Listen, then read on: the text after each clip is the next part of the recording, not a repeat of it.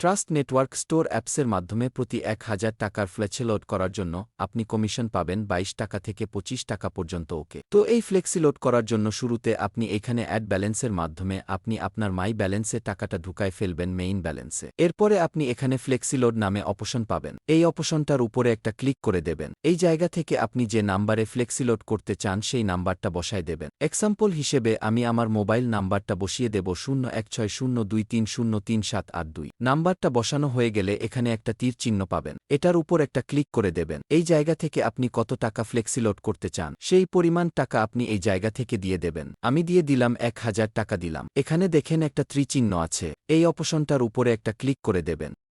তারপরে আপনার অ্যাকাউন্টে ৬ ডিজিটের পিন নাম্বারটা এখানে বসিয়ে দেবেন।